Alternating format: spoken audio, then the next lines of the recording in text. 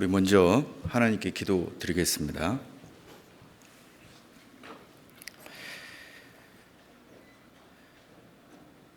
사랑과 은혜가 충만하신 하나님 아버지, 죄악 가운데 있는 우리를 구원해 주신 그 크신 은혜 감사드립니다.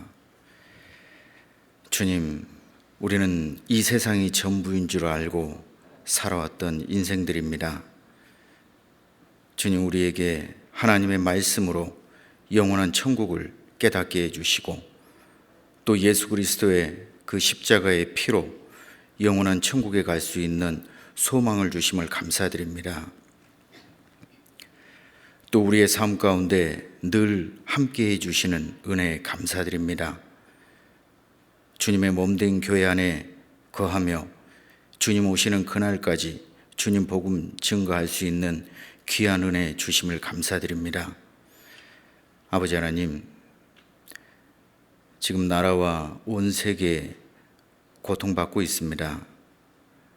하나님께서 하루빨리 이것을 끝내주셔서 우리가 다시 한번 주님의 은혜를 맛보고 주님의 귀한 복음을 힘있게 증거하다가 주님 앞에 설 수 있도록 도와주옵소서. 또 이 일로 마음에 시험받는 형제 자매님들 다시 한번 주님 회복시켜 주시고 위로해 주셔서 주님 복음의 일꾼이 될 수 있게 도와주옵소서. 오늘 이 말씀 또한 주 성령님께서 함께 해 주셔서 마땅히 우리가 알아야 될 말씀을 깨닫게 해 주시고 또 그 말씀을 따라 더욱 겸손하며 순종하는 믿음을 우리에게 허락해 주옵소서. 우리를 사랑하시는 주 예수님 이름으로 기도드렸습니다. 아멘. 예, 우리 성경 시편 60편을 보겠습니다. 시편 60장.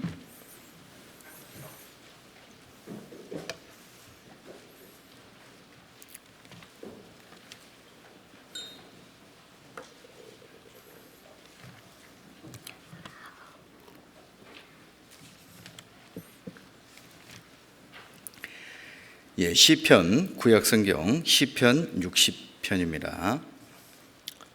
1절부터 제가 읽겠습니다. 하나님이여, 주께서 우리를 버려 흩으셨고 분노하셨사오나 지금은 우리를 회복시키소서. 주께서 땅을 진동시키사 갈라지게 하셨사오니 그 틈을 기우소서. 땅이 요동함이니이다. 주께서 주의 백성에게 어려움을 보이시고 비척거리게 하는 포도주로 우리에게 마시우셨나이다. 주를 경외하는 자에게 길을 주시고 진리를 위하여 달게 하셨나이다. 셀라. 주의 사랑하시는 자를 건지시기 위하여 우리에게 응답하사 오른손으로 구원하소서. 11절부터 12절까지 보겠습니다. 우리를 도와 대적을 치게 하소서. 사람의 구원은 헛됨이니이다. 우리가 하나님을 의지하고 용감히 행하리니 저는 우리의 대적을 밟으실 자심이로다. 예. 반갑습니다. 예. 또 이렇게 어려운 시기에 이제 모처럼 수요일 날 우리가 모여서 하나님 말씀을 배우게 됐습니다. 우리가 이런 신앙생활을 할 거라는 것은 꿈에도 생각 못했습니다. 저도 구원받고 나서 이렇게 오랜 기간 동안 형제자매님들을 직접 얼굴과 얼굴을 대하여 보지 못하는 신앙생활을 해보는 것은 처음입니다.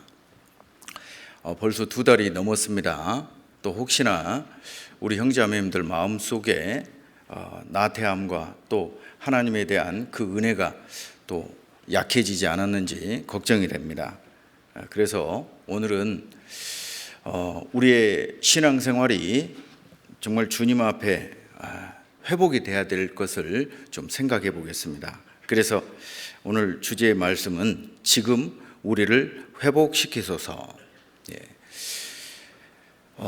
우리가 회복이 된다는 것은 나와 상관없는 그런 마음을 가질 수 있습니다. 하지만 우리 신앙생활 속에서는 많은 어려움들이 있습니다. 또 내가 잘했든 잘못했든 그 어려움들은 늘 우리에게 찾아옵니다. 그래서 그 고난과 어려움 속에서 나도 모르게 우리가 하나님을 바라보는 그 마음이 옅어질 수가 있습니다. 이 시편 60편의 이 말씀은 그 유명한 다윗 왕이 한 노래입니다. 자, 다윗은 이스라엘에서 가장 존경받는 왕입니다. 제가 이스라엘에 갔을 때요, 보니까 전부 이제 그 영어로는 데이빗이지 않습니까? 뭐 길 이름도 데이빗이 수두룩하더라고요. 또 하다못해 빵 이름도 데이빗 빵이 있더라고. 이스라엘 사람들은 이 데이빗을 참 좋아합니다. 또 우리도 그 다윗 왕처럼 그런 영광을 하나님 앞에 받기를 원합니다. 하지만 이 다윗이 하나님께 받은 그 고난들은 너무나 많다는 겁니다.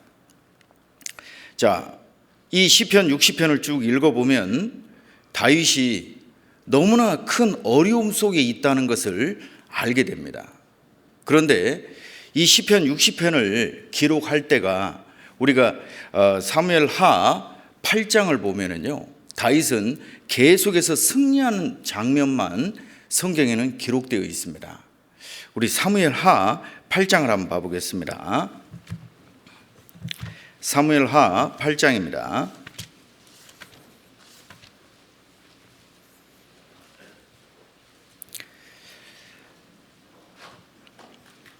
사무엘하 8장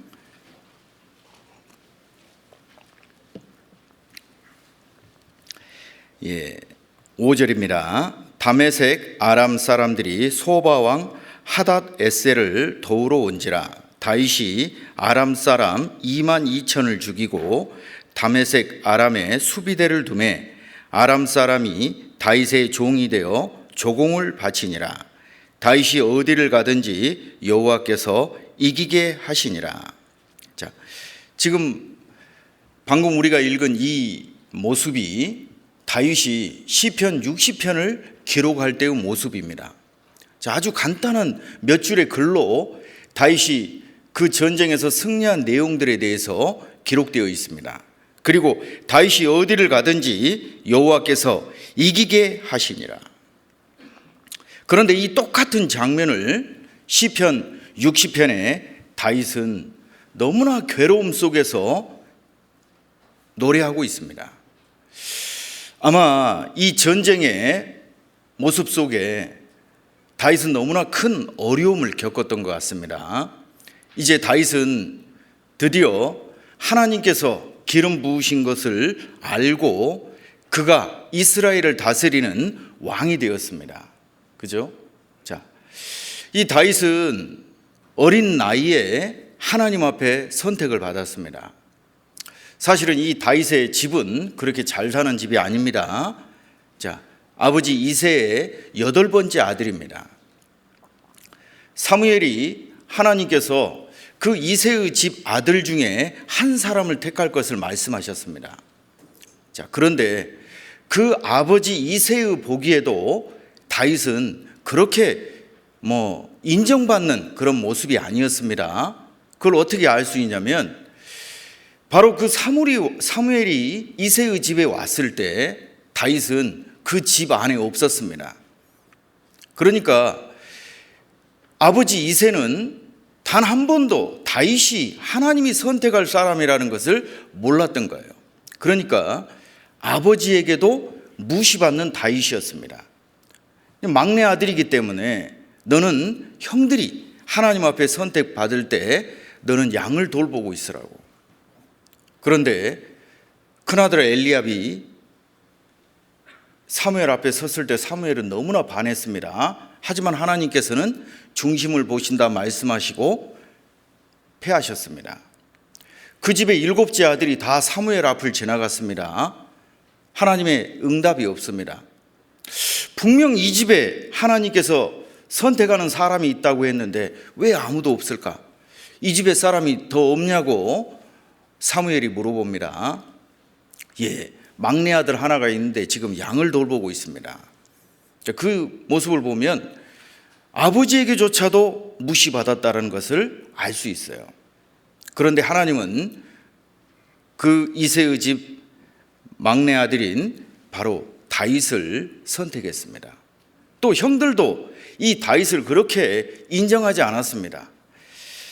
형들이 전쟁에 나갔을 때 아버지가 도시락을 보내줬습니다. 그랬을 때 형들은 다윗을 야단쳤습니다. 왜 양떼를 돌보지 않고 이 전쟁을 구경하러 왔느냐고. 그걸 보면 평소에 이 다윗이 형들에게도 무시받았다는 것을 알 수 있어요. 자, 참 이 다윗은 가족들에게도 크게 인정받는 사람이 아니었습니다. 그런데 하나님은 그런 다윗을 선택했습니다. 그리고 그 다윗을 통해서 하나님의 뜻을 전부 펼치신 거예요. 자, 다윗이 기름을 부음 받고 바로 그 동시대에 하나님 앞에 기름 부음 받는 사람이 두 사람이 되어버렸습니다. 사울도 하나님에게 기름 부음 받은 자입니다.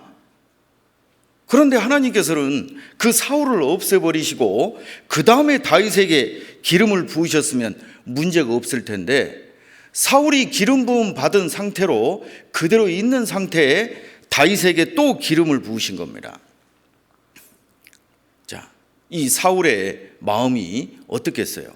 또 이 다윗은 자기가 기름 부음 받고 싶어 받은 게 아닙니다. 하나님이 선택하신 거예요. 그리고 너무나 많은 사울에게 고통을 받습니다. 또 다윗이 기름 부음 받은 사울에게 고통받는 것뿐만 아니라 기름 부음 받지 않았던 이방 민족에 의해서도 고통을 받았습니다. 대표적으로 성경에는 블레셋, 이제 영어로는 팔레스틴입니다. 블레셋에 의해서 고통을 받았어요. 우리가 구원받고 나면 구원받은 형제 자매들을 통해서도 고난을 받을 수 있어요. 또 구원받지 않는 이방인을 통해서도 우리가 고통을 받을 수 있습니다. 하나님은 그 모든 고난 속에서 우리를 단련하시기 위한 것이라는 것을 알게 됩니다. 자, 다윗은 계속해서 그 어려움 속에 하나님 앞에 기도하고 또 하나님과 함께하는 그 모든 시간들 속에서 드디어 왕이 되었습니다. 자, 왕이 되었음에도 불구하고 다윗은 그 겸손함을 잃지 않고 늘 하나님께 구하고 나아갔습니다.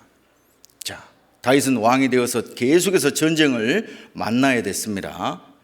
자, 우리가 볼 때는 다윗이 하나님이 다윗과 함께 하심으로 아무 어려움 없이 그 전쟁을 이긴 것처럼 보이지만, 하나님이 함께 하기 위해서 다윗이 얼마나 많이 기도했는지를 알 수 있습니다. 자, 다윗도 사람입니다. 뭔가 자기의 군대가 힘이 있기를 바랄 거예요. 그런데 다윗은 그때마다 사람의 도움은 나에게 의미가 없습니다. 그것은 나에게 큰 힘이 되지 않습니다. 나는 오직 하나님만을 의지하겠습니다. 그 마음을 다지게 되는 겁니다. 자, 우리 10절을 한번 봐보겠습니다. 시편 60장입니다.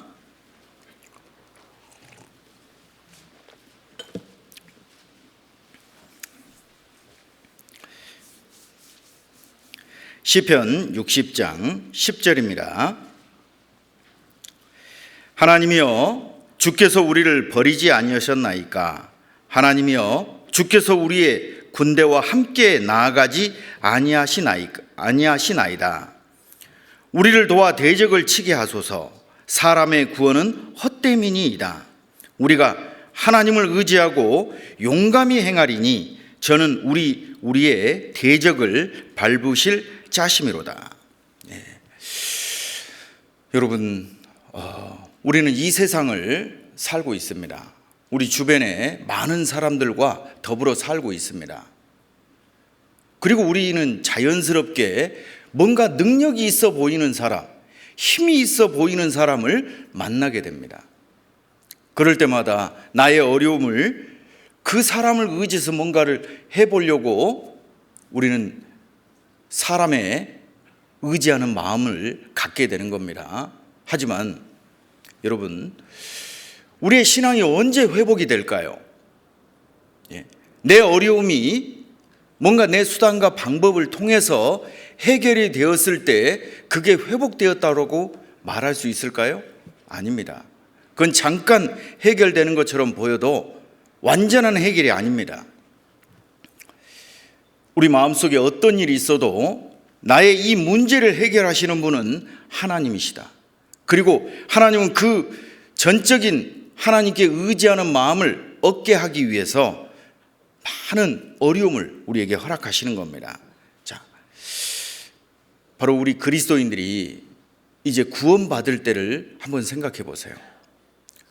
우리의 신앙이 뭔가 지금 좀 무뎌진 신앙생활을 혹시 하고 있지 않은지, 또 내가 형식적인 신앙생활을 해가고 있지 않은지, 그것을 우리는 매너리즘이라고 합니다. 매너리즘이 뭐죠?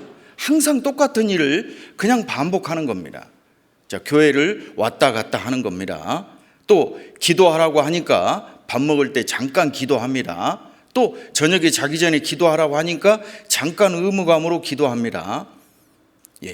물론 안 하는 것보다 낫겠지만 하나님과 정말 대화하고 하나님과 동행하는 그 삶이라고 우리 삶 속에 느껴지시는가요? 그리고 우리가 이 성경을 펴서 읽을 때 정말 하나님의 감동을 느끼냐 이거예요.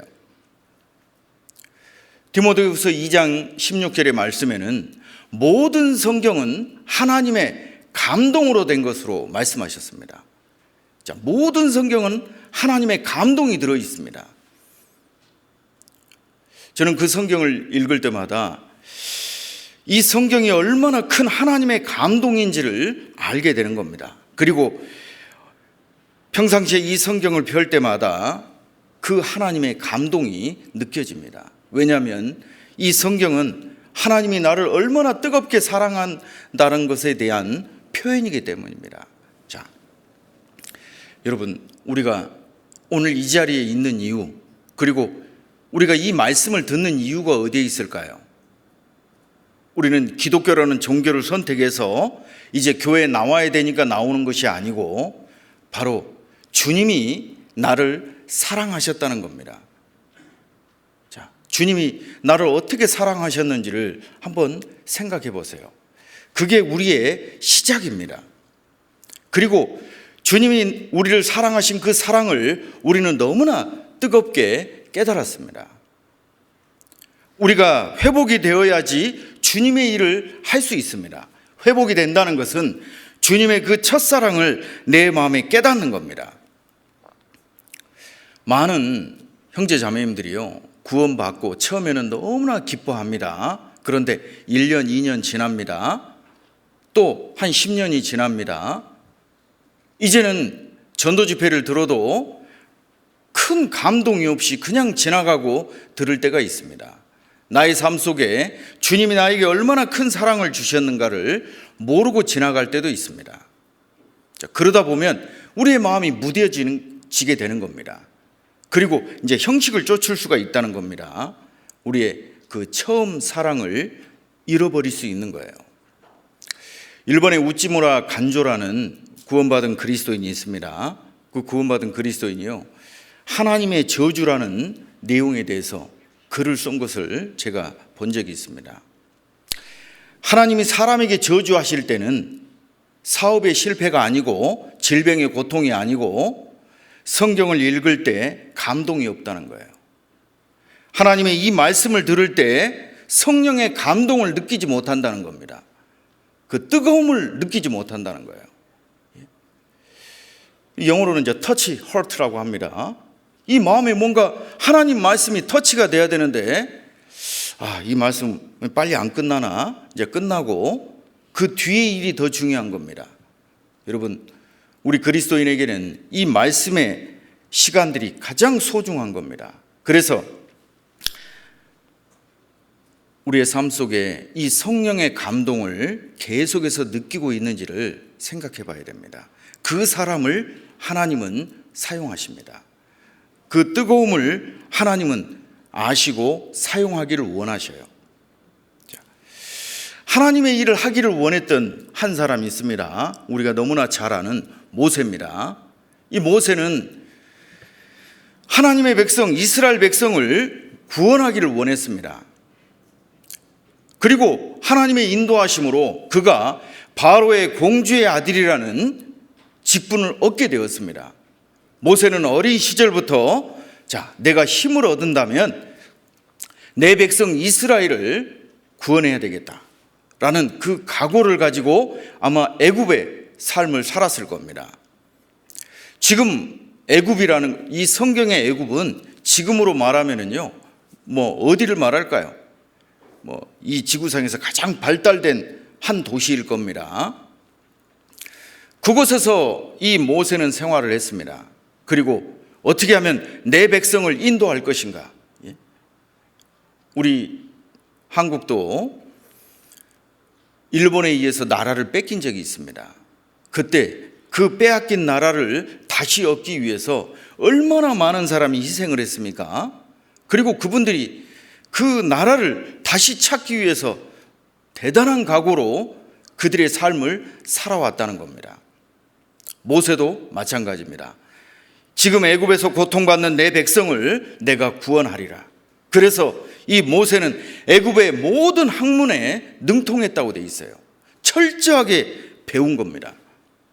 보통 나이가 20살이면 다 배웁니다. 그런데 이 모세가 이스라엘 백성을 건져야 되겠다고 마음먹은 시간은 40세입니다. 여러분, 나이 40이라면 적은 나이가 아닙니다. 20살 청년이 마음을 먹어도 자기의 뜻을 펼칠 수 있습니다. 그런데 모세는 40년을 또 기다렸어요.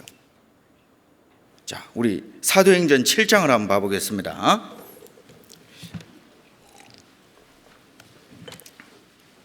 신약성경 사도행전 7장입니다.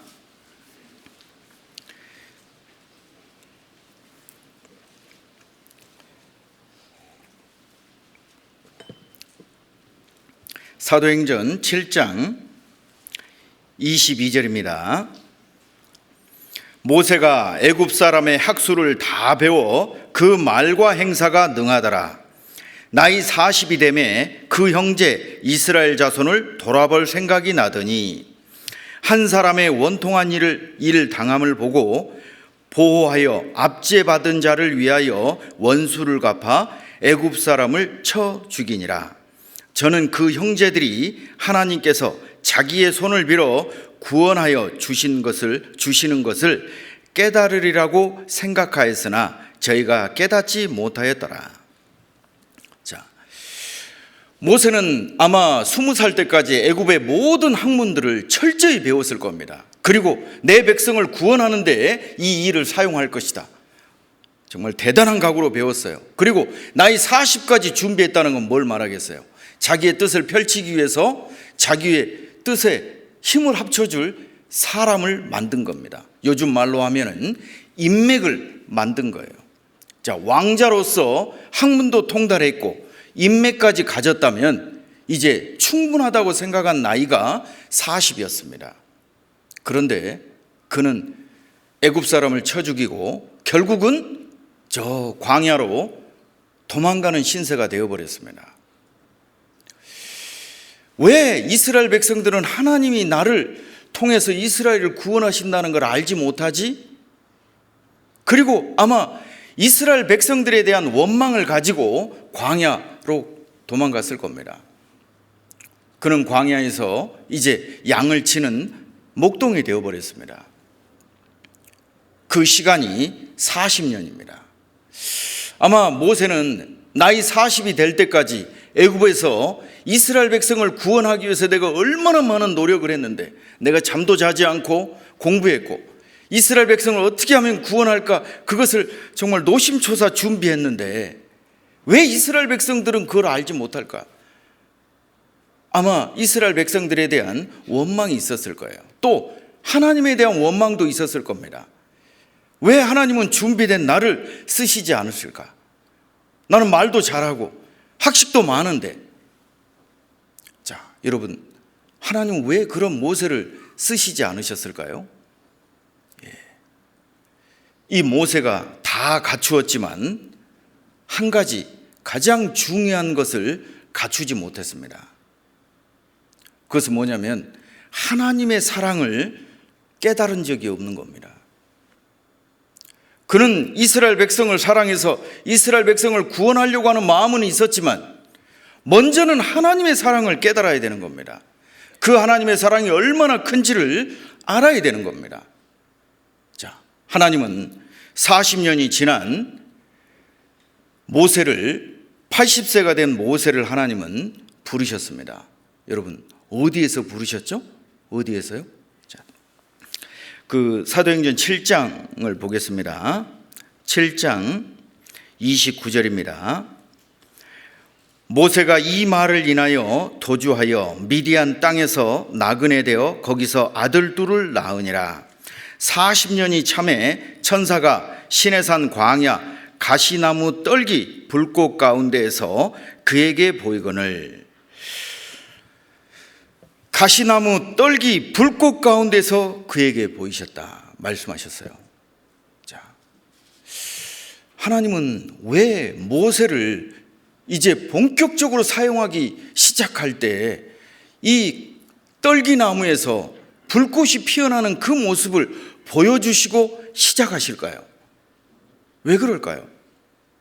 이 모세에게 준비되지 않았던 한 가지가 있었습니다.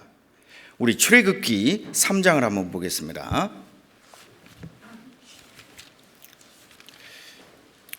구약성경 출애굽기 3장입니다.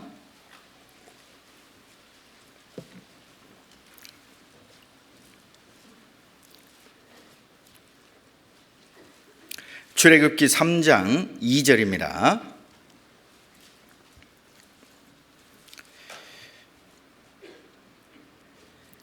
여호와의 사자가 떨기나무 불꽃 가운데에서 그에게 나타나시니라. 그가 보니 떨기나무에 불이 붙었으나 사라지지 아니하는지라. 이에 가로되 내가 돌이켜 가서 이 큰 광경을 보리라. 떨기나무가 어찌하여 타지 아니하는고 하는 동시에 여호와께서 그가 보려고 돌이켜 오는 것을 보신지라. 하나님이 떨기나무 가운데에서 그를 불러 가라사대 모세야 모세야 하시매 그가 가로되 내가 여기 있나이다. 자, 여러분, 혹시 사막에 떨기나무 한번 보신 적 있으세요? 네, 우리 사도행전 7장에 보면 가시나무 떨기라고 되어 있어요. 자, 여러분, 이 가시나무라는 것은 아주 형편없는 겁니다. 가치가 없어요.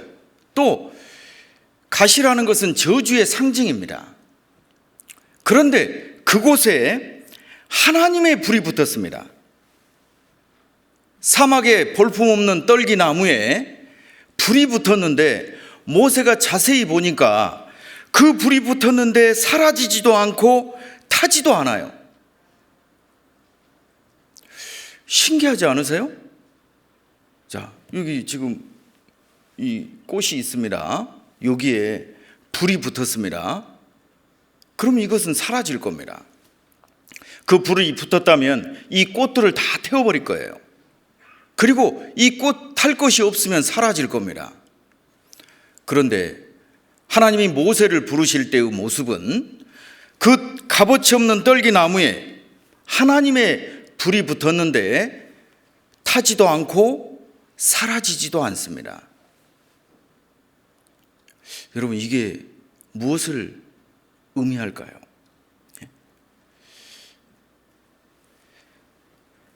바로 이 모세가 자기가 육신적인 준비는 다 했을 줄 모르지만 가장 중요한 그 뜨거운 하나님의 사랑을 깨달은 적이 없습니다.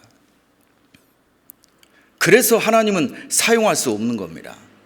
그래서 이 모세가 자기가 아무것도 아닌 볼품없는 존재가 될 자기 스스로를 생각할 때까지 하나님은 40년을 기다리셨다가 이제 그 볼품없고 가치없는 존재라고 생각한 모세에게 하나님의 불을 보여주시는 겁니다. 여러분, 우리가 사랑을 할 때는요, 뜨겁게 합니다. 그렇죠? 사랑을 차갑게 하는 사람도 있나요? 사랑은 뜨거운 겁니다. 그죠? 그런데 여러분, 인간의 사랑은 뜨겁긴 뜨거운데요, 서로를 태워버립니다. 그리고 좀 있으면 사라져버려요. 우리 젊은 청년 형제 자매님들은 혹시 사랑에 대해서 드라마나 영화에서 보는 것으로 그것을 사랑이라고 혹시 착각할 수 있습니다. 그건 감정이에요. 여러분, 그 사랑의 대표의 모습이 아마 그 로미오와 줄리엣일 거예요. 그죠? 그 로미오와 줄리엣 같은 사랑을 나도 한번 해보고 싶다. 혹시 그런 기대를 하고 계시나요? 네. 아닌 척 표정을 하려고 하지 마시고요. 네. 우리 마음속에 나도 좀 뜨거운 사랑을 좀 해보면 좋지 않을까? 저 드라마 같은 사랑, 저 영화 같은 사랑을 해보면 좋지 않을까? 예, 여러분, 그 로미오와 줄리엣이 사랑한 시간이 일주일입니다. 그리고 둘이 죽어버렸어요. 그러니까 그 사랑이 막 영원한 것처럼 하지만 실제로 사랑을 연구한 한 박사가요, 만약 로미오와 줄리엣이 죽지 않고 살아서 결혼했다면 어떤 결과가 나올까 봤더니 6개월 만에 이혼했을 거라는 결과가 나와요. 맞습니다. 실제로요, 막 두 사람이 죽고 못 살고 열렬히 사랑했던 사람들이 이혼할 확률이 더 많다는 겁니다. 신기하죠? 왜냐하면 서로에 대한 환상을 가져버렸던 거예요. 그런데 그 로미오가 집에 오면은 씻지도 않고 잠을 자요. 집에 왔더니 줄리엣이 머리가 산발이 돼가지고 있어요. 그리고 드라마에나 빠져가지고 밥은 또 하지도 않고 있고. 자, 서로 점점점 실망하게 되는 겁니다. 여러분, 인간의 사랑은요, 기대할 게 없습니다. 그런데 이 마귀는요, 그런 사랑이 진짜 있는 것처럼 우리에게 착각시키고요, 야, 너도 그런 사랑이 있어. 그런 사랑을 너도 한번 해봐. 여러분, 그런 사랑은 결코 존재하지 않습니다. 그런데 저도 그런 사랑을 한번 꿈꿨던 사람 중에 하나인데요, 아무리 봐도 이 세상에는 그런 사랑이 없더라고요. 그런데 그 사랑을 만났습니다. 우리 아가서 8장을 한번 봐보겠습니다. 아가서 8장입니다.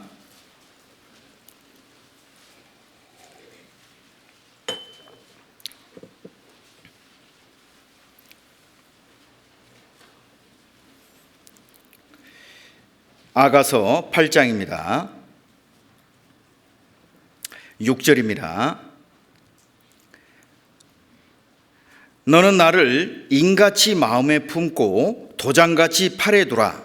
사랑은 죽음같이 강하고 투기는 음부같이 잔혹하며 불같이 일어나니 그 기세가 여호와의 불과 같으니라. 자, 그 사랑의 불을 하나님이 말씀하셨는데 바로 그 여호와의 불이라 말씀하시지 않습니까? 7절에요. 이 사랑은 많은 물이 끄치지 못하겠고 홍수라도 엄몰하지 못하나니 사람이 그 온 가산을 다 주고 사랑과 바꾸려 할지라도 오히려 멸시를 받으리라. 자, 여러분, 이 사랑은 많은 물이 끄치지 못하고 홍수가 나도 이 사랑을 끄지 못한다는 겁니다. 하나님의 그 뜨거운 사랑을 우리는 바로 예수 그리스도의 그 십자가에서 발견하게 되는 겁니다. 이 모세에게 가장 중요하지만 그 모세에게 한 가지 부족했던 게 뭐냐? 하나님의 사랑이 얼마나 큰지를 알지 못했다는 겁니다. 여러분, 한번 생각해 보세요. 이게 이해가 되시나요? 하나님은 창조주입니다. 그런데 그 창조주 하나님께서 어느 날 사람에 대한 사랑이 시작되었어요. 이것은 말로 설명할 수 없습니다. 하나님은 어느 날 그 사랑이 시작되었어요. 그리고 더 놀라운 것은 사람을 사랑하셨을 때 그 사람 때문에 하나님 자신이 죽는다는 것을 알고도 그 사랑을 시작하셨다는 겁니다. 자, 여러분 한번 생각해 보세요. 하나님은 사람을 사랑하시고 이제 이 우주와 모든 것들을 다 만드셨습니다. 그리고 그 사랑하는 사람을 위해서 준비한 모든 것이 하나님에게 기쁨이었어요. 하지만 하나님께서는요, 그 사람 때문에 자기가 사람과 똑같은 모양이 돼야 되고 빨가벗겨지고 얼굴에 침뱉음을 당하고 채찍질을 맞으시고 십자가에서 6시간 동안 고통을 받아야 되는 그것을 미리 알고 그 사랑을 시작하셨다는 겁니다. 여러분, 우리가요 결혼할 때 나 이 사람 만나면 십자가에 죽을 만큼 고생한다. 그럼 만나요, 안 만나요? 어떠세요? 아니, 대답 좀 해보세요. 내가 이 사람 만나면은 막 빨가벗겨져 가지고 얼굴에 침뱉음 당하고 십자가에 그냥 그 고통을 받는 것을 미리 아는데 그 사람하고 결혼해요? 저는 안 합니다. 우린 착각을 합니다. 아, 이 사람 만나면 그래도 내가 좀 행복하겠지 라는 그 착각으로 결혼을 해요. 결혼하고 나면 바로 후회합니다. 내가 어쩌다 이 왼수를 만났을까? 아마 우리 청년들은 좀 이해 못할 수도 있습니다. 근데 해보면 알아요. 자, 여러분, 인간의 사랑은요 서로를 태웁니다. 열렬하게 사랑하면 할수록요 서로에게 깊은 상처를 주고요, 그리고 좀 있으면 사라져 버립니다.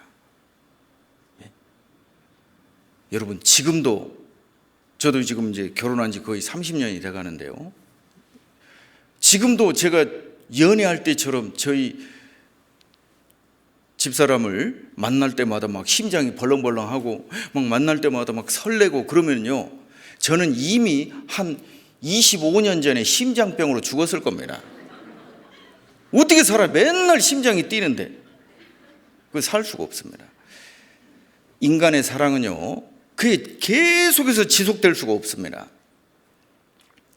그런데 놀랍게도 하나님의 사랑은요, 그 뜨거운 불이 붙었는데 사라지지 않습니다. 더 놀라운 것은요, 그 가시떨기를 태우지 않아요. 우리는 너무나 뜨거운 하나님의 사랑을, 예수 그리스도의 사랑을 그 십자가에서 발견했습니다. 주님, 왜 그러셨어요? 나라는 게 뭐라고? 주님, 왜 그런 사랑을 나에게 주십니까? 참, 우리는 알 수가 없습니다. 하나님이 어떻게 나를 이렇게 사랑하시는지. 나는 내가 봐도 너무 볼품없고 형편없는 존재고 사막의 떨기나무 같은 형편없는 존재인 나를 천지를 창조하신 하나님이 사랑하셔서 나를 위해 죽어주셨다. 여러분, 이해될 수 있게 설명하실 분 계세요? 이건 이해할 수 없습니다. 분명한 것은 하나님이 나를 사랑하셨다는 겁니다. 하나님. 그런데 그 하나님은 나를 위해서 죽어주시는 것을 영광으로 생각하셨다는 거예요. 우리 요한복음 13장을 한번 봐보겠습니다.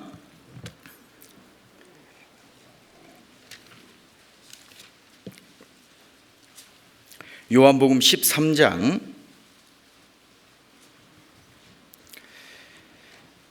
신약성경 요한복음 13장 30절입니다. 유다가 그 조각을 받고 곧 나가니 밤이러라. 이제 이 가룟 유다가 예수님의 그 떡을 받아 먹고 예수님을 팔러 나가는 겁니다. 이제 예수님의 고통이 본격적으로 시작되는 거예요. 31절에요. 저가 나간 후에 예수께서 가라사대 지금 인자가 영광을 얻었고 하나님도 인자를 인하여 영광을 얻으셨도다. 제가 어느 날 이 성경을 보다가요, 눈물을 좀 막 쏟은 적이 있습니다. 여러분, 정상적이라면 성경은 이렇게 기록되어 있어야 됩니다. 그 유다가 그 조각을 받고 곧 나가니 밤이러라. 저가 나간 후에 예수께서 가라사대 지금 인자가 고난을 얻었고 이제 나는 고난의 길을 갈 것이다. 이렇게 써져 있어야 되는데 지금 인자가 영광을 얻었고 하나님도 인자를 인하여 영광을 얻으셨도다. 예수님은 나를 위해 죽어주시는 것을 영광으로 생각하셨구나. 하나님, 나라는 게 무엇이라고 나를 위해서 죽어주시는 것을 예수님은 영광으로 생각했다는 거예요. 왜 그렇죠? 나를 사랑하셨기 때문입니다. 저는 한번 그런 생각을 해본 적이 있어요. 예수님은 빨가벗겨졌을 때, 또 얼굴에 침뱉음을 당했을 때 무엇을 생각하셨을까? 예수님은 그 고통을 어떻게 참아내셨을까? 온몸이 채찍질에 맞아서 피가 흘려집니다. 그때 예수님은 무엇을 생각하셨을까? 십자가를 메고 그 골고다 언덕을 올라가고 계십니다. 7번 넘어지셨다고 그랬어요. 그런데 일어나셨습니다. 그리고 또 걸어가시는 거예요. 무슨 생각으로 그 무거운 십자가를 다시 이렇게 세워서 한 발 한 발 걸어 올라가실까? 천지를 지으신 하나님이신데 자기가 만든 인간에게 조롱당하고 능욕을 당하고 있습니다. 그 예수님은 딱 한 가지만 생각하신 거예요. 그때 예수님이 바로 나를 생각하셨구나라는 것을 알게 되었습니다. 여러분, 예수님은 그 앞에 있는 즐거움을 위하여 십자가를 참으사 말씀하셨습니다. 우리 히브리서 12장을 한번 보겠습니다. 히브리서 12장입니다.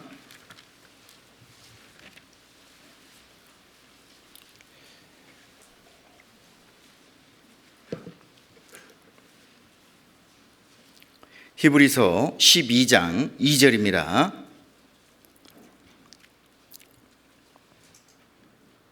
믿음의 주요 또 온전케 하신 이인 예수를 바라보자. 저는 그 앞에 있는 즐거움을 위하여 십자가를 참으사 부끄러움을 개의치 아니하시더니 하나님 보좌 우편에 앉으셨느니라. 너희가 피곤하여 낙심치 않기 위하여 죄인들의 이같이 자기에게 거역한 일을 참으신 자를 생각하라. 믿음의 주요 또 온전케 하신 이인 예수를 바라보자. 저는 그 앞에 있는 즐거움을 위하여 십자가를 참으사 부끄러움을 개의치 않으셨다. 여러분, 예수님 앞에 즐거움이 무엇이었을까요? 저는 이 예수님 앞에 즐거움은 바로 내가 그 예수님의 그 사랑으로, 그 예수 그리스도의 피로 구원받아서 함께 영원한 천국에 있을 것을 말씀하신 거라고 생각을 했습니다. 너무나 감격스러운 말이더라고요. 주님은 그 고통이 밀려올 때마다 아마 내 이름을 크게 부르짖으셨을 겁니다. 내가 조금만 더 참으면 너를 이제 지옥에서 건져낼 수 있겠구나. 여러분, 우리는 이 성경에 아무리 따져봐도 하나님은 살아계시지 않습니까? 이스라엘 민족의 역사를 봐보세요. 어떻게 2000년 동안 고난받는 민족이 있냐 이거예요. 나라 없이 세상을 떠돌다가 2000년 후에 바로 무덤에서 살아나오는 것처럼 회복된 그 민족이 이제는 전 세계에서 가장 큰 힘을 내는 민족이 되어 있습니다. 이스라엘을 보면 우리가 믿는 이 믿음이 얼마나 정확하고 확실한 것인지를 알게 됩니다. 그리고 하나님이 얼마나 놀라운 분이신지를 알게 돼요. 그런데 그 하나님이 뭐가 부족해서 사막의 떨기나무와 같은 나를 위해서 그 하나님의 뜨거운 불을 주시는 거예요. 그 사랑의 불을 나에게 주시는 겁니다. 주님은 그 채찍에 맞을 때 우리를 생각하시고 그 모든 것을 참으셨다는 겁니다. 자, 예수님은 이제 3일째 날에 부활하셨습니다. 참 제가 부활하신 예수님의 모습을 보고도 너무나 정말 감격스러웠어요. 여러분, 천국에서 구원받았다면 우리 함께 만날 겁니다. 그죠? 안 만나실 거예요? 예. 구원받으면 어쩔 수 없이 만나야 됩니다. 예. 그런데 아마 천국에 가면 저를 몰라보실 수도 있어요. 예. 제가 아주 멋있게 변화되어 있을 겁니다. 예. 아마 지금보다 더 멋있는 모습으로 변화되어 있을 거예요. 그러지 않겠어요? 네. 별로 공감을 안 하시네요. 네. 자, 여러분은 천국에 가면 어떤 모습으로 부활이 되어지고 싶으세요? 아마 다들 아름다운 모습, 정말 영광스러운 모습을 다들 꿈꾸실 겁니다. 예, 맞습니다. 그런데 여러분, 부활하신 예수님이 제자들에게 나타나셨습니다. 그런데 그는 여전히 손에 못자국을 가지고 계십니다. 옆구리에 창자국을 가지고 계셔요. 아마 우리 몸에 뭔가 좀 장애가 있다면 천국에 가서도 그 장애를 가지고 있다는 것은 말이 안 될 거예요. 그런데 여러분, 이 손에 못자국이 있는데 천국에서도 예수님은 그 못자국을 그대로 가지고 계신다는 거예요. 부활하신 예수님이 제자들에게 그 손의 못자국과 옆구리의 창자국을 보여주셨습니다. 왜 그러셨을까요?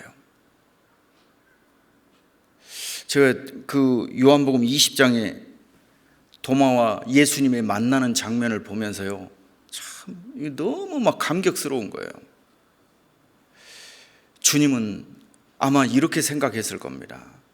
나는 너를 살리기 위해서 내가 그 십자가의 고통을 받은 것을 나는 영원히 기억하고 싶다고. 내가 내 사랑을 위해서 가장 값진 일을 했는데 그것을 영원히 잊지 않겠다고. 너무나 아름답게 부활하신 예수님이셨지만 제자들도, 엠마오로 가는 두 제자들도 예수님, 부활하신 예수님을 몰라볼 정도로 변화되셨지만 손의 못자국과 옆구리 창자국은 그대로 가지고 계셨습니다. 우리는 천국에 가면 예수님을 만날 겁니다. 그 예수님의 손과 옆구리, 참 너무 감격스럽지 않겠어요? 자, 여러분, 주님은 우리를 그만큼 사랑해 주셨습니다. 자, 이 놀라운 사랑을 우리가 알고 믿었다는 겁니다. 그냥 지식적으로 예수님이 죄인을 구원하시기 위해서 십자가에서 고통받으셨고, 그래서 그 죄값을 다 용서하기 위해서 예수님이 피 흘려 죽으셨고 우리 죄를 영원히 용서해 놨다. 예, 그 속에 주님이 우리를 얼마나 사랑하셨는가, 그 뜨거운 불과 같은 주님의 사랑을 우리가 발견하게 된 겁니다. 사람의 사랑은요, 시간이 지날수록 옅어집니다. 예, 저희 자매한테도 너무 미안하지만 시간이 지나면은요, 옅어지더라고요. 이제는 좀 의리로 사는 것 같은 느낌도 들고요.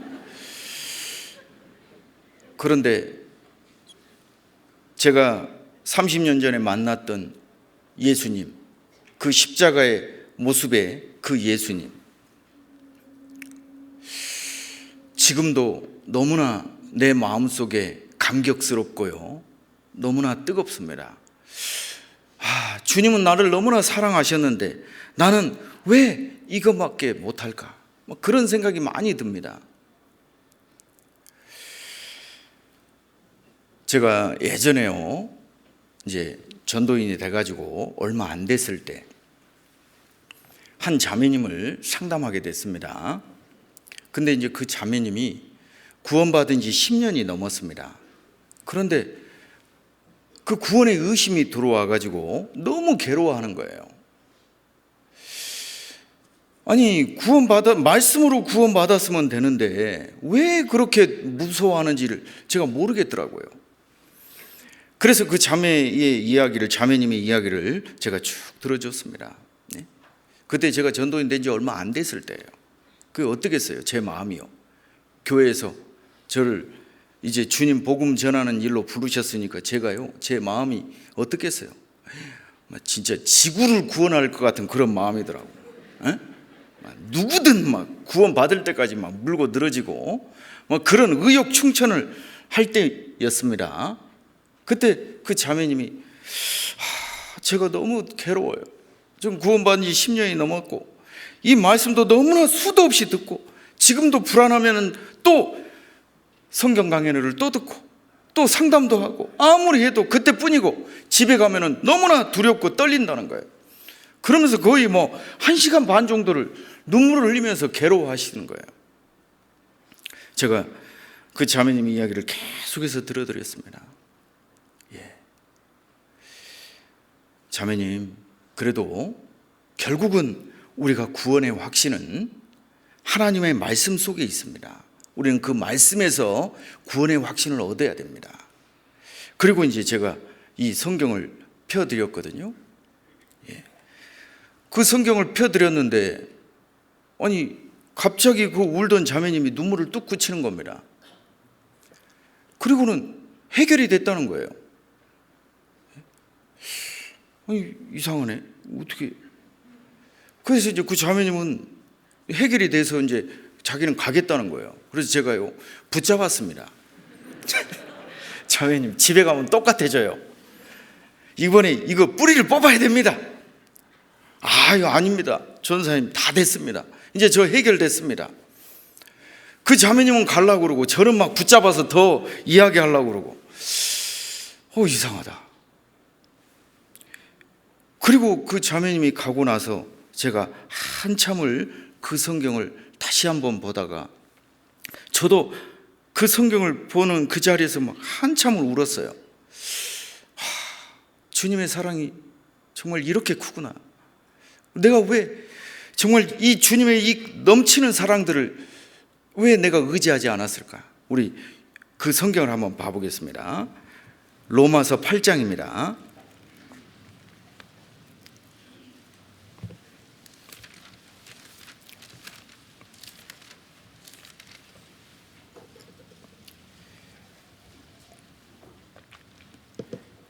로마서 8장 31절입니다. 그런즉 이 일에 대하여 우리가 무슨 말하리요? 만일 하나님이 우리를 위하시면 누가 우리를 대적하리요? 자기 아들을 아끼지 아니하시고 우리 모든 사람을 위하여 내어주시니가 어찌 그 아들과 함께 모든 것을 우리에게 은사로 주지 아니하시겠느냐? 누가 능히 하나님의 택하신 자들을 송사하리요? 의롭다 하시는 이는 하나님이시니 누가 정죄하리요? 죽으실 뿐 아니라 다시 살아나신 이는 그리스도 예수시니 그는 하나님 우편에 계신 자요 우리를 위하여 간구하시는 자시니라. 누가 우리를 그리스도의 사랑에서 끊으리요? 환난이나 공고나 핍박이나 기근이나 적신이나 위험이나 칼이랴. 기록된 바 우리가 종일 주를 위하여 죽임을 당케 되며 도살할 양같이 여김을 받았나이다 함과 같으니라. 그러나 이 모든 일에 우리를 사랑하시는 이로 말미암아 우리가 넉넉히 이기느니라. 내가 확신하노니 사망이나 생명이나 천사들이나 권세자들이나 현재일이나 장래일이나 능력이나 높음이나 기품이나 다른 아무 피조물이라도 같이 읽어보겠습니다. 우리를 우리 주 예수 그리스도 예수 안에 있는 하나님의 사랑에서 끊을 수 없느니라. 이 성경을 쭉 같이 읽었는데 해결돼 버렸어요. 그때 제가 깨달았습니다. 이건 내가 해결한 게 아니구나. 하나님의 말씀의 능력이 있구나. 그때 알았어요. 막 의욕 충천을 해가지고 그렇게 해서 사람을 구원하는 게 아니라는 걸 그때 깨닫게 된 겁니다. 말씀의 능력이 있습니다. 그죠? 우리 요한복음 1장 1절 너무나 잘 알고 암송하고 있습니다. 태초에 말씀이 계시니라. 이 말씀이 하나님과 함께 계셨고 이 말씀은 곧 뭐라고 그랬습니까? 하나님이시니라. 하나님께서는요, 그 하나님의 사랑의 마음을 충분히 깨달으라고 이 성경에 성령의 감동으로 기록해 놓으신 겁니다. 이 성경을 구원받고 나서 깨닫고 나서 이 성경을 읽고 나면 그 하나님의 사랑이 얼마나 나에게 큰지를 알게 되는 겁니다. 그 자매님은 제가 누군지 기억도 안 납니다. 하지만 너무나 확신이 차서 갔습니다. 주님의 사랑이 여러분 크고 넘쳐서 우리에게 그 구원의 확신으로 주신다는 것을 우리는 알게 되는 겁니다. 여러분 이게 어떻게 말로 설명할까요? 저는 어렸을 때 교회를 다녔습니다. 저희 어머니 아버지는 절을 다니셨지만 저는 왠지 교회를 가고 싶더라고요. 왜냐하면 우리 마을에 절에 가는 사람들은 다 가난한 사람들이에요. 교회 가는 사람들은 좀 그래도 좀 사는 사람들입니다. 주일에 가족들이 손잡고 그 교회 가는 모습이 어린 저에게도 이상하게 좋아 보이는 거예요. 그래서 제가 그 교회를 한 군데를 선택해서 가게 됐습니다. 그런데 요한복음 4장 8절에 하나님은 사랑이시다. 그 말씀을 너무나 많이 배웠습니다. 저는 그 말씀 배울 때마다 하나님 왜 사랑이시지? 하나님 왜 사랑이신데 나를 사랑하신다면 나는 왜 이렇게 고통받고 괴롭게 인생을 살아야 되는가? 왜 우리 집은 이렇게 가난할까? 왜 우리는 이렇게 고통받고 살아야 될까? 하나님은 사랑이시다. 그 말을 이해하지 못했습니다. 그런데 십자가에서 예수님의 사랑을 깨달았을 때 지금은 너무나 감격스럽게 말할 수 있습니다. 하나님은 사랑이시다. 여러분, 주님이 나를 얼마나 사랑하셨는지 그 사랑을 깨달을 때 우리 마음속에 이제 자원하는 심령이 생기는 겁니다. 주님을 위해서 살고 싶은 그 마음이 생기는 거예요. 여러분, 모세의 마지막 40년의 생활은 너무나 고통스러운 생활입니다. 이스라엘 백성은 하나님의 말씀을 듣지 않습니다. 그들은 목이 마르면 모세를 원망했습니다. 먹을 게 없으면 모세를 원망했고 또 모세를 돌로 쳐 죽이려고 하는 사건도 몇 번이나 있었습니다. 그때마다 모세는 그 길을 포기하지 않는 거예요. 왜 그럴까요? 모세가 그 받는 고통, 우리가 단 하나만 받더라도 우리는 견딜 수 없을 텐데 모세는 그 길을 계속해서 가게 되는 겁니다. 왜냐하면 그 떨기나무에서 붙었던 하나님의 사랑을 경험했기 때문입니다. 떨기나무에 그 불이 붙었는데 타지도 않고 사라지지도 않습니다. 주님의 그 사랑은 나에게 영원히 동일한 마음으로 사랑하고 계십니다. 사랑했다가 안 했다가 어떨 때는 많이 사랑했다가 적게 사랑했다 그러시지 않으셔요. 가치 없는 떨기나무에 불이 붙어서 모세는 나머지 40년을 주님과 동행하며 고통받는 그 일로 살아왔지만 그 길을 끝까지 포기하지 않게 되는 겁니다. 그의 마음이 주님의 사랑을 발견하고 회복이 된 겁니다. 다윗도 그 너무나 큰 주님의 사랑을 발견했기 때문에 그는 늘 주님과 함께 하기를 원했습니다. 다윗은요, 우리가 너무나 잘 아는 시편 23편 1절에요. 여호와는 나의 목자이시니, 그 다음에 뭐라고 되어 있습니까? 내가 부족함이 없으리로다. 영어로는요, The Lord is my shepherd, I shall not want. 나는 영어로는요, 원하는 게 없다는 거예요. 여러분 진짜입니까? 하나님이 나의 목자이시면 나는 원하는 게 없습니다. 예, 그걸로 만족합니다. 정말 그러세요? 한 목사님이요, 이게 설교 주보에다가 주일 주보에 설교 제목을 항상 기록해 놓습니다. 그런데 토요일 날 인쇄소 직원이 전화가 온 거예요. 목사님은 바쁜 중에 그 전화를 받았습니다. 목사님, 이번 주 주보에 제목을 넣어야 되는데 제목이 좀 부족합니다. 뭐라고 돼 있는데요? 여호와는 나의 목자이시니 하고 끝났습니다. 근데 목사님이 네, 그것이면 충분합니다 하고 이제 전화를 끊었어요. 그리고 이제 주일이 됐습니다. 주보를 이제 설교를 준비하기 위해서 뒤에 앉아서 주보를 봤는데 이 주보에 설교 제목이 미스프린트가 된 거예요. 뭐라고 기록되어 있냐면 여호와는 나의 목자이시니 네, 이것이면 충분합니다.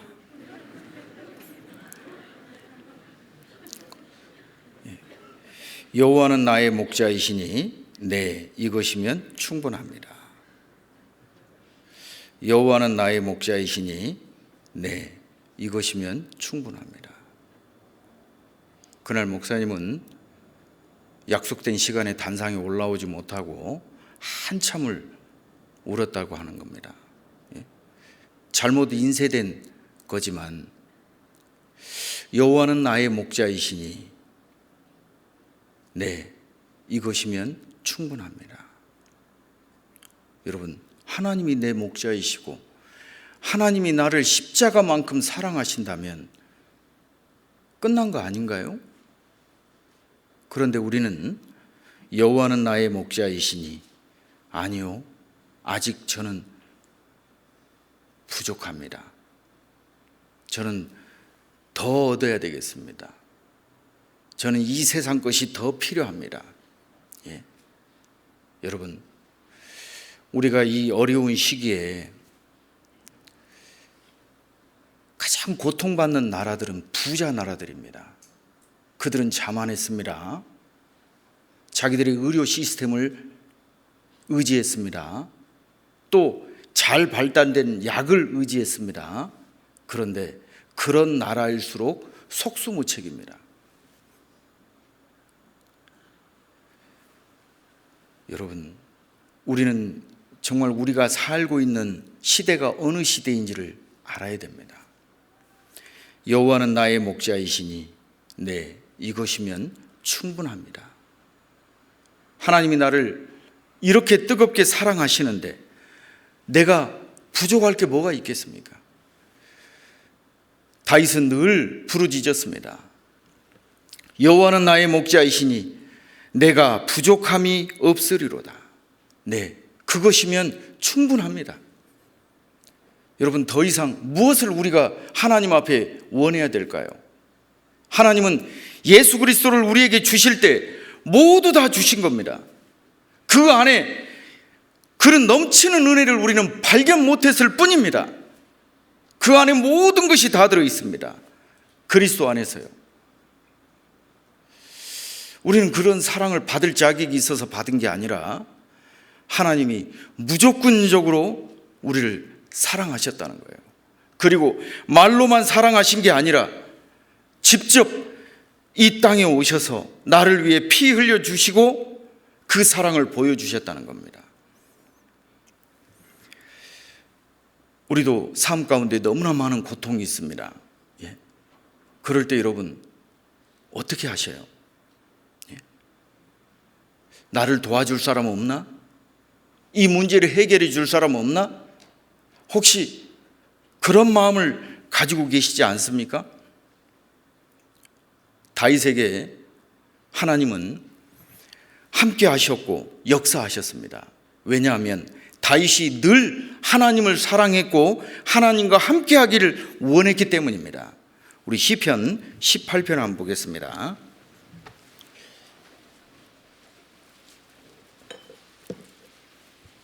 시편 18편입니다.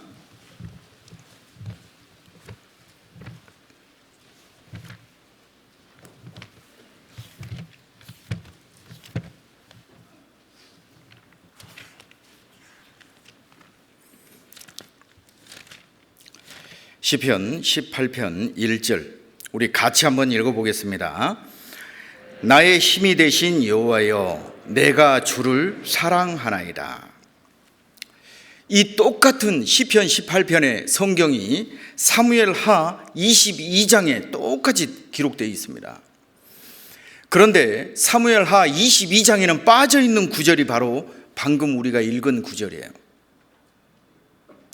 아마 사무엘하 22장은 다윗이 마지막 자기 인생의 종착역에서 이제 하나님 앞에 마지막 노래를 했습니다. 그리고 이 시편 18편은 아마 한 번 더 정리했던 것 같아요. 그리고 자기 인생을 아마 총체적으로 정리했을 겁니다. 그리고 이 1절을 덧붙인 겁니다. 아마 이 1절이 다윗의 인생을 나타내는 한 절이라고 말해도 과언이 아닐 겁니다. 뭐라고 되어 있습니까? 다시 한번 읽어봅시다. 나의 힘이 되신 여호와여, 내가 주를 사랑하나이다. 주님은 언제든지 나의 힘이 되셨습니다. 내가 주를 사랑하나이다. 여러분, 어려운 시기에 또 힘든 시기에 또 고통받는 형제 자매님들이 있습니까? 또 괴로운 시간을 겪고 있는 형제 자매님들이 있습니까? 한번 생각해 보세요. 사람을 의지하고 이 세상 것을 의지하면 하면 할수록 그 마음속에 괴로움이 더합니다. 그런데 이 다윗은 사울에게 고통을 받았는데도 전적으로 하나님만을 의지하고 나아가는 겁니다. 사람을 다윗은 의지하지 않는 마음을 갖게 되었습니다. 그런데 사울은요, 나중에 기름 부음을 받았지만 악신이 들게 됩니다. 왜냐하면 그가 하나님을 바라보는 눈도 있었지만 세상을 바라보고 사람을 바라보는 눈 때문에 그는 늘 불안했고 괴로워했습니다. 우리 사무엘상 18장을 한번 보겠습니다. 사무엘상 18장을 한번 보겠습니다.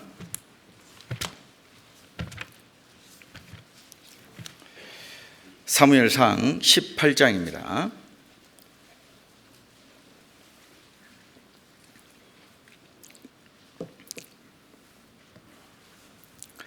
7절에요.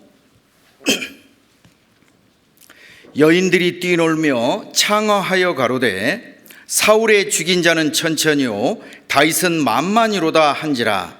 사울이 이 말에 불쾌하여 심히 노하여 가로되 다윗에게는 만만을 돌리고 내게는 천천만 돌리니 그에 더 얻을 것이 나라밖에 무엇이냐 하고 그날 후로는 사울이 다윗을 주목하였더라.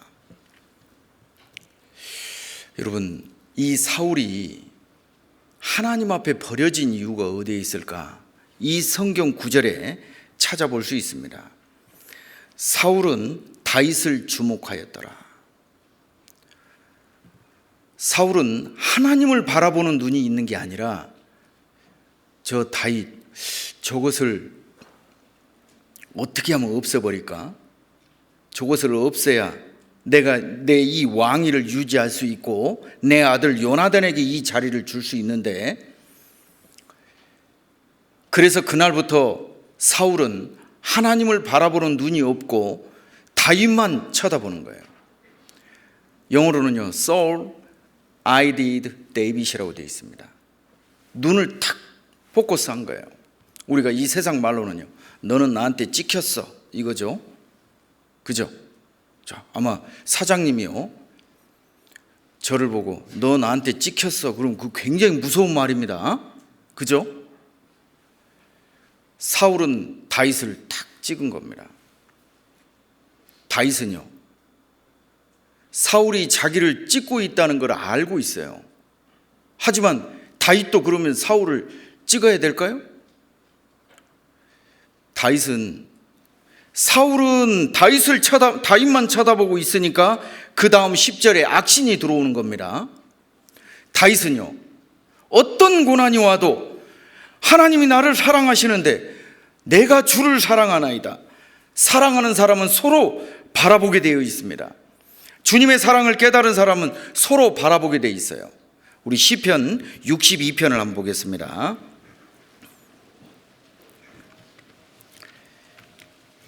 시편 62편입니다.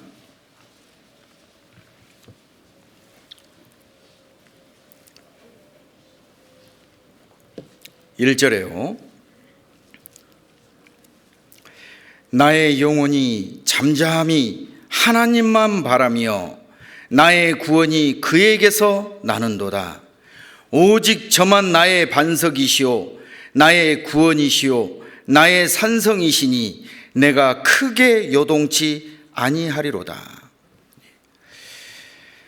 나의 영혼이 잠잠히 하나님만 바라며, 많이 중요한 겁니다. 많이. 하나님도 바라보는 건 사울도 해요. 하나님만 바라보는 것은 다윗이 하는 겁니다. 다윗은요, 사울을 보지 않습니다. 그리고 사람을 의지하지 않아요. 사울은 사무엘상 14장에 보면 힘 있는 자나 용맹 있는 자가 있으면 불러 모았다라고 되어 있어요. 그는 하나님도 바라봤기 때문에 힘 있는 사람을 의지하고 용맹 있는 사람을 자기 편으로 데려오기를 원했습니다. 반면에 다윗을 쫓아다니는 사람들은요, 사울에게 억울한 일을 당하거나 힘없고, 요즘 말로 하면은요, 마이너리티, 정말 형편없는 그 사람들은 다윗을 따라다녔어요. 그런데 사울의 군대가 단 한 번도 다윗의 군대를 이긴 적이 없습니다. 다윗은 괴로움이 있을 때마다 오로지 주님만 바라보는 겁니다. 우리 시편 69편 한번 보겠습니다.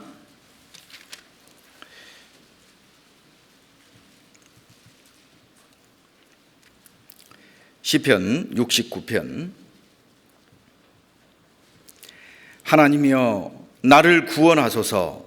물들이 내 영혼까지 흘러 들어왔나이다. 내가 설 곳이 없는 깊은 수렁에 빠지며 깊은 물에 들어가니 큰 물이 내게 넘치나이다. 우리 3절은 같이 읽어봅시다. 내가 부르짖음으로 피곤하여 내 목이 마르며 내 하나님을 바람으로 내 눈이 새하였나이다. 내가 부르짖음으로 피곤하여 내 목이 마르며 내 하나님을 눈이 새할 정도로 바라봤다는 겁니다. 여러분, 하나님도 나를 눈이 새할 정도로 바라보고 계십니다. 하나님은 나에게만 이렇게 포커스 하시는 거예요. 왜? 나만 사랑하시기 때문입니다. 다윗도 내가 주를 사랑하나이다. 그 말은 뭐죠? 주님만 바라보는 거예요. 주님만. 우리 가끔 성경 읽다 보면은요, 막 미운 사람 생각날 때 있죠. 그죠? 이 성경은 이 성경 우리 남편이 읽어야 되는데요. 이 성경 우리 사장이 읽어야 되고, 이 성경은 김자매가 읽어야 되고, 나도 이미 그 사람에게 포커스되어 있는 겁니다. 나도 이미 그 사람을 주목하고 있는 거예요. 이 성경은 하나님이 나에게 주신 겁니다. 나를 회복하기 위해서, 하나님이 나에 대한 사랑이 얼마나 큰지를 알게 하기 위해서 이 성경을 나에게 주신 거예요. 이 성경을 읽을 때마다 우리는 하나님의 그 크신 사랑을 깨닫게 되고 우리의 삶이 회복되게 되어 있습니다. 그리고 이 성경이 깨달아지지 않으면 간절히 기도해야 됩니다. 혹시 나의 삶 속에 뭔가 보이지 않는 죄가 있든지, 아니면 숨겨놓은 죄가 있든지, 혹시 내 마음에 조금이라도 하나님을 인정하지 않는 교만한 마음이 있는지, 그러면 성경이 이용하는 데 쓰게 되는 거예요. 내 마음에 그 성령의 감동이 들어와 있지 않습니다. 회복되지가 않는 거예요. 사울은 전쟁을 계속해서 이기는 것처럼 보입니다. 하지만 하나님은 떠나 계십니다. 다윗은 계속해서 사울에게 쫓겨다니는 것처럼 보이지만 하나님이 함께 계시고 있습니다. 왜냐하면 다윗은 하나님만 보기 때문입니다. 왜 그럴까요? 하나님이 우리를 사랑하신 만큼 다윗도 하나님만 사랑하기 때문입니다. 우리는 교회 생활 안에서도 실망할 수 있습니다. 또 내가 사는 내 가족에게 실망할 수도 있고, 내 회사 동료들에게 실망이 될 수도 있고, 사람들에게 너무나 많은 실망을 당할 수 있어요. 그럴 때마다 그 사람을 보면 내가 사울이 돼버리는 겁니다. 그 다음에 이제 악신이 들어오는 거예요. 밤에도 자다가 벌떡 일어납니다. 안 그러세요? 막 너무 억울한 일이 있으면 자다가도 막 일어나요. 그런데 다윗은 사울에게 쫓겨다녀도요, 내가 평안히 눕고 자기도 하리니 나를 안전히 거하게 하시는 이는 오직 여호와시니라. 다윗은요 늘 하나님을 진짜 이 얼굴과 얼굴을 대하여 보는 겁니다. 자, 여러분, 우리의 삶 속에 이 어려운 일들이 있을 때마다 무엇을 의지하고 있는지, 다윗은 자기가 왕이 되어서 자기에게 목숨을 바치겠다고 하는 신하들도 있었습니다. 다윗이 목마르다고 할 때 베들레헴에 가서 죽을 각오로 그 물을 떠오는 신하들도 있었습니다. 그런데 다윗은 어떤 신하에게도 의지하는 마음이 없었습니다.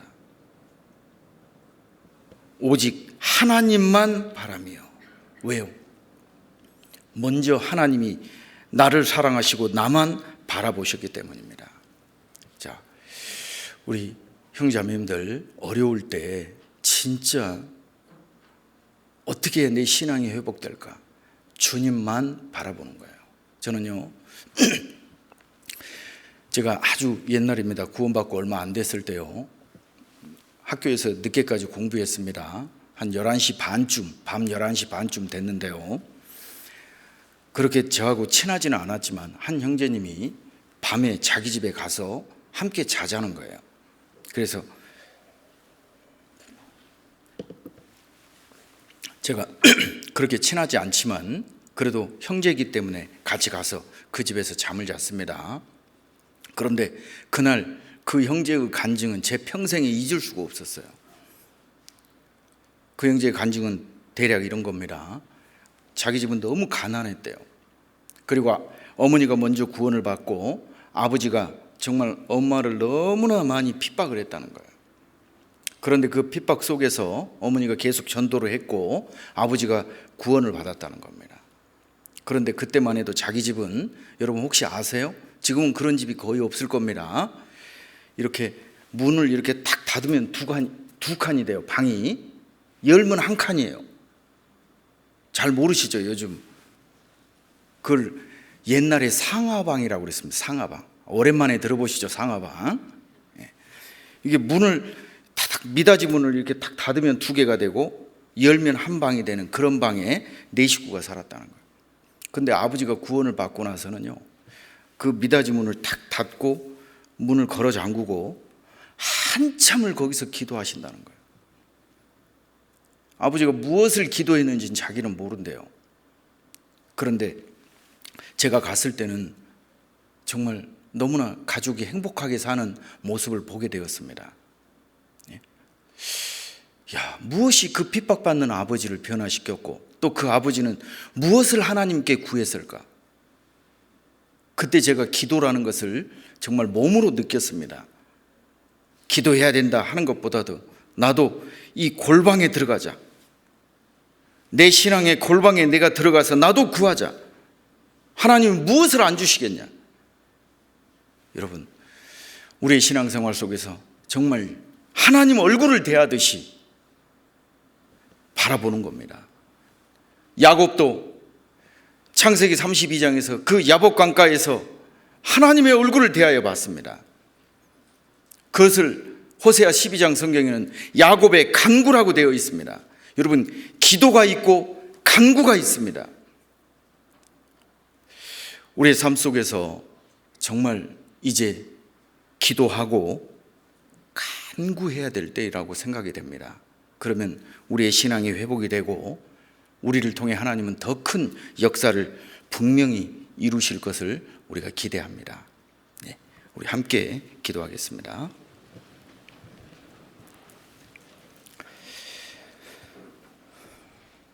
사랑과 은혜가 충만하신 하나님 아버지, 아무것도 아닌 저희들이었습니다. 죄만 짓는 불쌍한 인생들이었습니다. 주님, 그런 우리를 구원해 주신 그 크신 은혜 진정 감사드립니다. 또 우리에게 영원한 천국의 소망을 주심을 감사드립니다. 또 주님의 몸된 교회 안에 거하여 주님의 충만한 은혜를 매일매일 받을 수 있는 귀한 은혜 주심을 감사드립니다. 주님, 이 어려운 시기에 우리의 신앙을 회복해 주시고 우리도 주님이 우리를 뜨겁게 사랑하신 그 사랑처럼 우리도 열렬히 주님만을 사랑하며 이 힘든 거친 세상을 이겨내 가기를 원합니다. 주님, 우리와 함께 해주시고 역사해 주옵소서. 또 해외 모든 교회들, 또 해외에서 수고하는 선교사들, 그 가정들, 이 어려운 시기에 고통받지 않게 주님 도와주시고 돌봐 주시기를 원합니다. 또 온 교회가 함께 이 일을 간구하고 기도하고 회복되기를 원합니다. 주님, 우리를 회복시켜 주시고 다시 한번 주님의 일을 하기를 간절히 원합니다. 또 고통 중에 있는 형제 자매님들에게 더욱 위로해 주시고 힘을 내어 주님을 위해 살아갈 수 있도록 도와주옵소서. 우리의 나머지 모든 삶이 주 성령 안에 드려지는 삶이 되기를 간절히 원합니다.